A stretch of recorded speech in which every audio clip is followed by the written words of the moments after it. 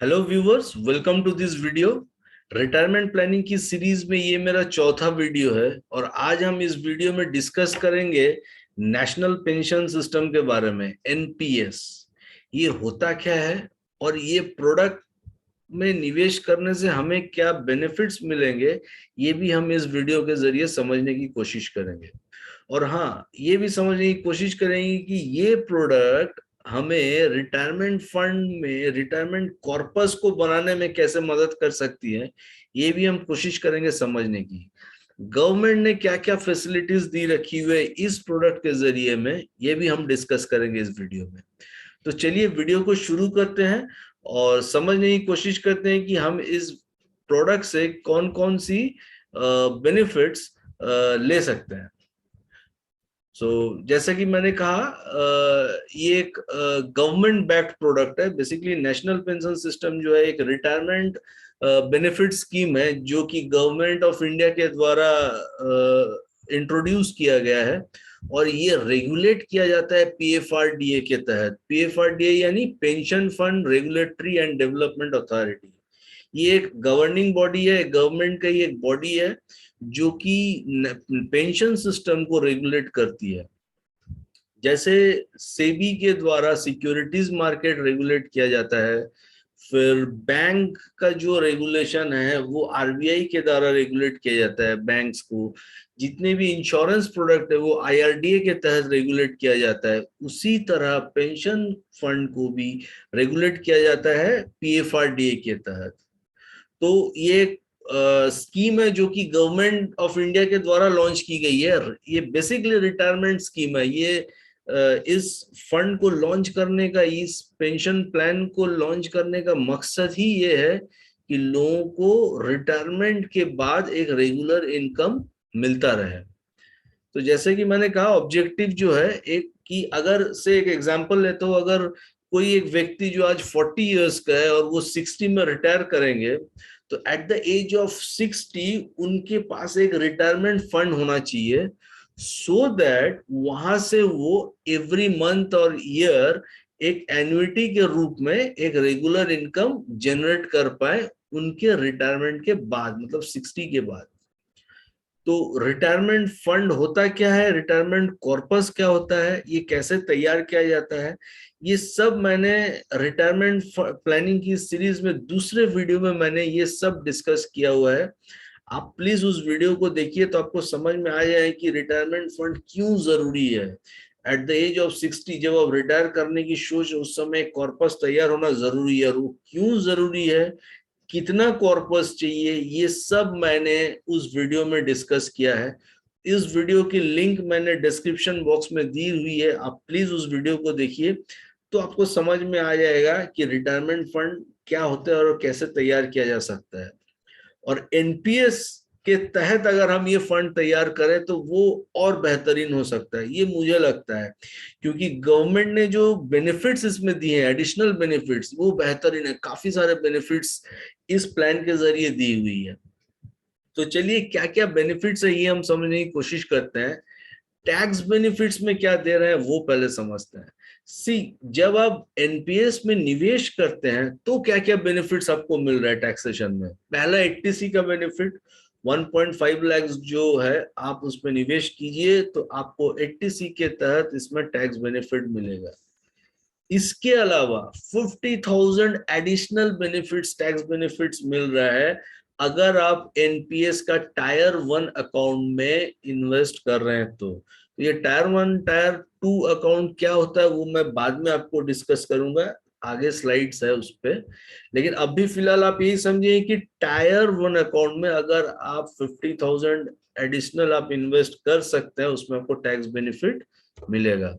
इसके अलावा अगर आप एक एम्प्लॉई है तो आपके एम्प्लॉयर का अगर कंट्रीब्यूशन होता है एनपीएस में, जो कि 10% ऑफ योर बेसिक सैलरी होता है, वो भी आपके टैक्सेबल इनकम से डिडक्टेबल होगा। तो ये तीनों बेनिफिट आपको मिल रहा है जब आप एनपीएस में निवेश कर रहे हैं। ये पहला पार्ट हुआ। दूसरा पार्ट है कि जब आप विड्रॉ करेंगे उसमें आपको क्या क्या बेनिफिट्स मिल सकता है। तो विड्रॉल के टाइम में जैसे कि मैंने कहा कि टायर वन अकाउंट में, टायर वन अकाउंट एक्चुअली क्या है ना, ये एक मैंने इस अकाउंट को लॉन्च करने का मकसद है कि ये रिटायरमेंट, एक्सक्लूसिवली रिटायरमेंट प्लानिंग के लिए है। तो अगर आज अब मैं से सपोज करो एक 40 इयर्स का व्यक्ति अगर टायर वन अकाउंट में निवेश करे, इसका मतलब वो उस फंड को 60, जब उनका 60 साल होगा तभी जाके ही will be able to withdraw that money. तो वो जो अमाउंट उस समय विड्रॉ करेंगे वो टायर वन अकाउंट में, मतलब 60 इयर्स तक उनको वो निवेश करते रहना है। लेकिन उसमें एक ऑप्शन दिया गया है कि आप 3 साल बाद आप 25% ऑफ योर कंट्रीब्यूशन आप विड्रॉ कर सकते हैं। तो जो 25% है, ये 25% आपके लिए टैक्स फ्री होगा। मतलब है तो ये लॉन्ग टर्म प्रोडक्ट, लेकिन बीच में अगर इमरजेंसी में आपको पैसे की जरूरत पड़े 3 साल बाद, आप उसको विड्रॉ कर सकते हैं 25% of your contribution, which will be tax free. ये पहला। दूसरा, अगर आप विड्रॉ नहीं करते हैं और आप 60 साल तक निवेश कर रहे हैं, तो 60 साल पे जब आपका जो फंड तैयार होगा, जो कॉर्पस तैयार होगा, उसका 60% आप विड्रॉ कर सकते हैं और वो टैक्स फ्री होगा। मतलब सपोज कीजिए आपने निवेश करना शुरू किया और एट द एज ऑफ 60 आपको आपका जो कॉर्पस, आपका जो फंड है वो 10 लाख रुपए हो जाते हैं। तो 10 लाख रुपए में से 6 लाख रुपए आप विड्रॉ कर सकते हैं, वो अमाउंट टैक्स फ्री होगा। और दूसरे रेस्ट जो 40% है, मतलब जो 10 लाख में 6 लाख आपने विड्रॉ किए और बाकी 4 लाख आपका एन्युइटी में इन्वेस्ट हो जाएगा और वो 4 लाख भी टैक्स फ्री होगा। इन शॉर्ट, जो मैच्योरिटी होता है एट द एज ऑफ 60, जो टोटल फंड होगा वो पूरा टैक्स फ्री होगा।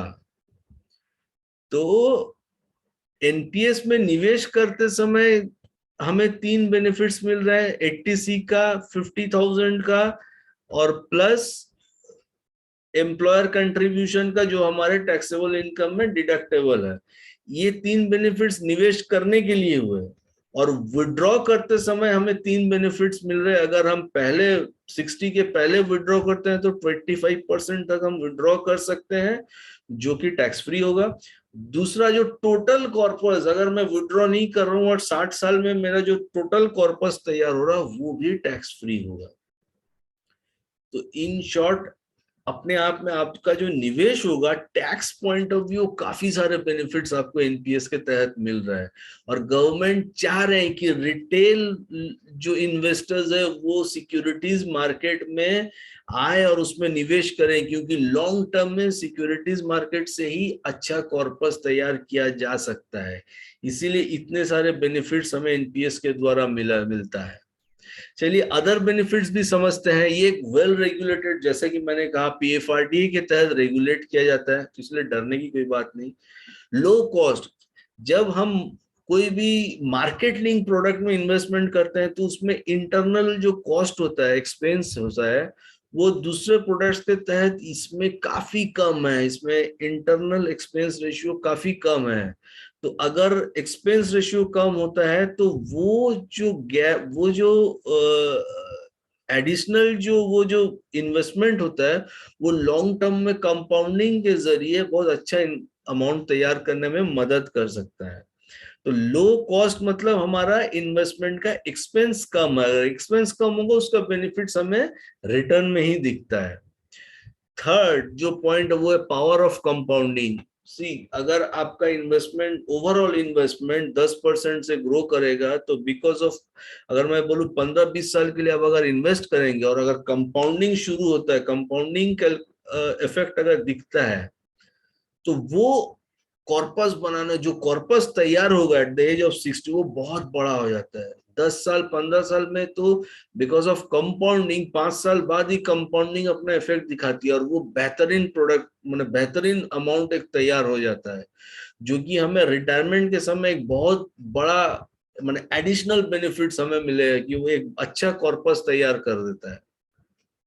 तो पावर ऑफ कंपाउंडिंग, कोई भी मार्केट लिंक प्रोडक्ट में हम हमेशा कहते हैं कि अगर हम 8% या 10% भी बोल रहे हैं तो 10% सुनने तो 10% लगेगा, लेकिन because of power of compounding और लॉन्ग टर्म में वो अमाउंट अच्छा एक अमाउंट तैयार करने में मदद करेगा। चौथा benefits, ease of access. E NPS portal में आपको रजिस्टर करना काफी इजीली हो जाता है। आप काफी हैंडी, आप अपने हिसाब से कभी भी देख सकते हैं और उसके अकॉर्डिंग आप डिसीजन भी ले सकते हैं। स्पेशलाइज टीम, इस फंड को मैनेज करने के लिए फिनेंशियल, इंडिया में जितने भी बड़े बड़े फिनेंशियल इंस्टीट्यूशन है, मुझे लगता है कि जितने भी टॉप फिनेंशियल इंस्टीट्यूशन है उन्हीं को ये एनपीएस मैनेज करने को दिया गया है। मैं अगले स्लाइड में आके आपको बताऊंगा कि कौन कौन से इंस्टीट्यूशन है जो कि इस फंड को मैनेज कर रहा है। और चौथा, flexibility of investment. See NPS में 4 एसेट क्लास में आपका इन्वेस्टमेंट होता है, मैं वो अगले स्लाइड में आऊंगा उस पर। उस चारों एसेट क्लास में आप अपने हिसाब से, अपने रिक्वायरमेंट के हिसाब से कोई भी एसेट क्लास में आप कभी भी मूव कर सकते हैं। ये कंपनीज है जिसको पेंशन फंड मैनेज करने को दिया गया है, SBI, ICICI, Aditya Birla, HDFC, UTI, Kotak and LIC. जैसा कि मैंने ये फाइनेंशियल इंस्टीट्यूशन में ये सब अपने जगह में सबसे बड़ी कंपनीज में ये सब गिनती में आते हैं, और इन्हीं को अभी फिलहाल पेंशन फंड को मैनेज करने दिया गया है। मतलब आपका फंड वेल रेगुलेटेड है, प्लस जो भी मैनेज कर रहे हैं वो हाईली एक्सपीरियंस टीम है, जो कि आप देख रहे हैं ब्रांड आपको दिख रहा है, प्लस काफी सारे टैक्स बेनिफिट्स आपको मिल रहे हैं। ये हुआ। और चौथा, ये एक लॉन्ग टर्म प्रोडक्ट है जो कि आपको एसेट बनाने में मदद करेंगी, रिटायरमेंट फंड बनाने में मदद करेंगी।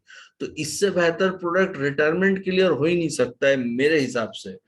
बट ये एक लॉन्ग टर्म प्रोडक्ट है, कभी भी आप निवेश करेंगे तो लॉन्ग टर्म सोच के आपको निवेश करना पड़ेगा।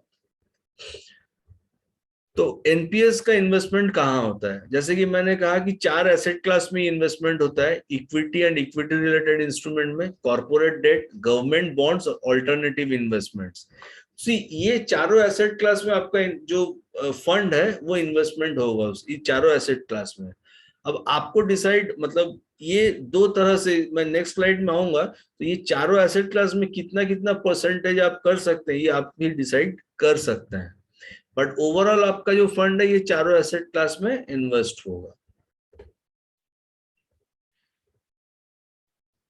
टायर 1 और टायर 2 के बारे में आते हैं। टायर 1 क्या है कि ये, जैसे कि मैंने कहा, ये एक रिटायरमेंट सेविंग स्कीम है। ये रिटायरमेंट पर्पस में ही इसको बनाया गया है। ये एक लॉन्ग टर्म प्रोडक्ट है, मतलब अगर टायर 1 अकाउंट में अगर आप इन्वेस्ट करें तो आपको मान के चलना पड़ेगा आपका इन्वेस्टमेंट 60 इयर्स तक रहेगा, और 60 के बाद आपको एक कॉर्पस तैयार होगा जिसका 60% आप विड्रॉ कर सकेंगे, और 40% जो है वो आपका एन्युइटी में चला जाएगा। आप एन्युइटी परचेस कर पाएंगे जहां से आपको रेगुलर इनकम मिलता रहेगा, और बाकी 60% आप विड्रॉ करके आप अपने हिसाब से इन्वेस्ट कर सकते हैं। टैक्स बेनिफिट, जितने भी टैक्स बेनिफिट्स मैंने कही वो सब टायर 1 ऑप्शन में है। इसीलिए मैंने कहा कि tyre 1 option actually pure retirement savings के लिए बनाया गया है, और इसीलिए इतना सारा बेनिफिट्स टायर 1 में दिया गया है। टायर 2 ऑप्शन जो है वो बेसिकली इन्वेस्टमेंट पर्पस में है कि अगर आप बीच में कभी भी विड्रॉ करना चाहे तो आप विड्रॉ कर सकते हैं, तो इसीलिए इसमें कोई टैक्स बेनिफिट नहीं दिया गया है। तो इन अदर वर्ड आप ये बोल सकते हैं कि टायर 1 में आप एनी टाइम कभी भी आपको पैसे की जरूरत होगा तो आप विड्रॉ कर सकेंगे, मतलब इसमें आपका लिक्विडिटी है, एनी टाइम आप विड्रॉ कर सकते हैं। टायर 1 ऑप्शन में आप विड्रॉ नहीं कर पाएंगे, आपको वो रिटायरमेंट के समय कॉर्पस तैयार करके देगा। टायर 2 आप एनी टाइम विड्रॉ कर सकते हैं, लिक्विडिटी इसमें है, इसीलिए इसमें कोई टैक्स बेनिफिट नहीं है टायर 2 में। और जो चॉइस है इन्वेस्टमेंट, 2 इन्वेस्टमेंट चॉइस है, एक एक्टिव और एक ऑटो। एक्टिव चॉइस मतलब आप डिसाइड कर सकते हैं अपनी रिक्वायरमेंट और अपने रिस्क एपेटाइट को समझ के आप डिसाइड कर सकते हैं कि आपका फंड किस पे निवेश होगा, इक्विटी एसेट क्लास में होगा, कॉर्पोरेट डेट में होगा या गवर्नमेंट सिक्योरिटीज में होगा या ऑल्टरनेटिव में होगा, कितने परसेंटेज में आप निवेश करना चाहेंगे वो आपके ऊपर रहेगा। ये है एक्टिव चॉइस। ऑटो चॉइस क्या है? एक्चुअली उसमें प्री डिफाइंड एक फॉर्मेट बना हुआ है, जो बना हुआ है एज के हिसाब से। आपका जैसा जैसा एज बढ़ेगा उस हिसाब से इक्विटी एक्सपोजर कम होगा और गवर्नमेंट सिक्योरिटीज का एक्सपोजर ज्यादा होगा। मतलब आपका जो रिस्क रिस्क टेकिंग एबिलिटी मतलब वो प्री डिफाइंड है, जो कि जैसे जैसे आपकी एज बढ़ेंगे आपकी रिस्क, आपके प्रोडक्ट की जो रिस्क है उसको घटाया जाएगा और वो इक्विटी से शिफ्ट होके ग्रेजुअली गवर्नमेंट सिक्योरिटीज या कॉर्पोरेट डेट में मूव करता रहेगा, सो दैट उसमें रिस्क कम होता रहे। और ये सब ऑटोमेटिक होगा। तो जब आप निवेश करेंगे तब आपके पास ये ऑप्शन दिया जाएगा कि आप एक्टिव चॉइस में जाना चाहते हैं या ऑटो चॉइस में जाना चाहते हैं। ऑटो चॉइस जाने से वो प्री डिफाइंड फॉर्मेट में आपका इन्वेस्टमेंट होगा। एक्टिव चॉइस में आप डिसाइड कर पाएंगे कि आपको इस पे निवेश करना, किस एसेट क्लास में कितना निवेश करना है, ये आप डिसाइड करेंगे। तो बेसिकली ओवरऑल एनपीएस है यही कि आपको काफी सारे बेनिफिट्स मिल रहे हैं। आप ये वेल रेगुलेटेड है, गवर्नमेंट के द्वारा इंट्रोड्यूस किया गया है, मार्केट लिंक प्रोडक्ट है, इसमें कहीं गारंटीड वर्ड नहीं है, मार्केट लिंक प्रोडक्ट है। लॉन्ग टर्म के लिए अगर आप इस पे निवेश कर रहे हैं तो आपको ये जेन्युइनली मैं काफी मदद करेंगे आपके रिटायरमेंट फंड को मैनेज करने के लिए। और मेरा ये पर्सनल बिलीव है कि अगर रिटायरमेंट आज के डेट में हमें रिटायरमेंट प्लानिंग अभी से शुरू कर देनी चाहिए, क्योंकि हमारे इंडिया में अभी भी रिटायरमेंट के बाद सीनियर सिटीजन के लिए बहुत अच्छा कुछ स्कीम है नहीं है। तो इसलिए अगर हम अपने आप को अभी से तैयार करना शुरू करें अपने रिटायरमेंट के लिए, तो रिटायरमेंट लाइफ हम काफी अच्छे से जी पाएंगे, अपने हिसाब से रिटायरमेंट लाइफ में हम सरवाइव भी कर पाएंगे। और उसके लिए चाहिए प्रॉपर प्लानिंग। और इसीलिए मैंने रिटायरमेंट से प्लानिंग के ऊपर ही ये पूरी सीरीज मैंने बनाई है। मेरे अगर यूट्यूब चैनल में आप जाएंगे तो रिटायरमेंट प्लानिंग के ऊपर हर एक वीडियोस है, जो कि एक मैंने प्लेलिस्ट बनाई हुई है। आप ग्रेजुअली हर एक वीडियो को देखिए, जिसमें मैंने प्रोसेस से शुरू करके प्रोडक्ट्स के बारे में डिस्कस किया है। बेसिकली ये भी उसी का एक हिस्सा है, ये वीडियो जो एनपीएस है ये भी उसी प्लेलिस्ट का एक हिस्सा है, जो कि उसी प्लेलिस्ट में मैं उसको ऐड करने वाला हूँ। तो प्लीज आप उस चैनल को देखिए, मेरे चैनल को देखिए और रिटायरमेंट प्लानिंग की सीरीज को फॉलो कीजिए। आपको हर एक चीजें ग्रेजुअली समझ में आएंगी और अकॉर्डिंगली आप प्लान कर पाएंगे कि आपको अपने रिटायरमेंट के लिए कैसे तैयार होना है। तो आशा करता हूँ कि ये वीडियो आपको अच्छी लगी होगी। अगर अच्छी लगी होगी तो लोगों के साथ शेयर कीजिए, मेरे चैनल को सब्सक्राइब कीजिए। और रिटायरमेंट की सीरीज की जितनी भी वीडियोस है उसकी लिंक मैं नीचे डिस्क्रिप्शन बॉक्स में दिया हुआ हूँ, आप वहां से जाके भी आप उसको देख सकते हैं। चलिए, आशा करता हूँ आपको वीडियो अच्छी लगी होगी। लोगों के साथ शेयर कीजिए और मेरे चैनल को जरूर सब्सक्राइब कीजिए। Thank you.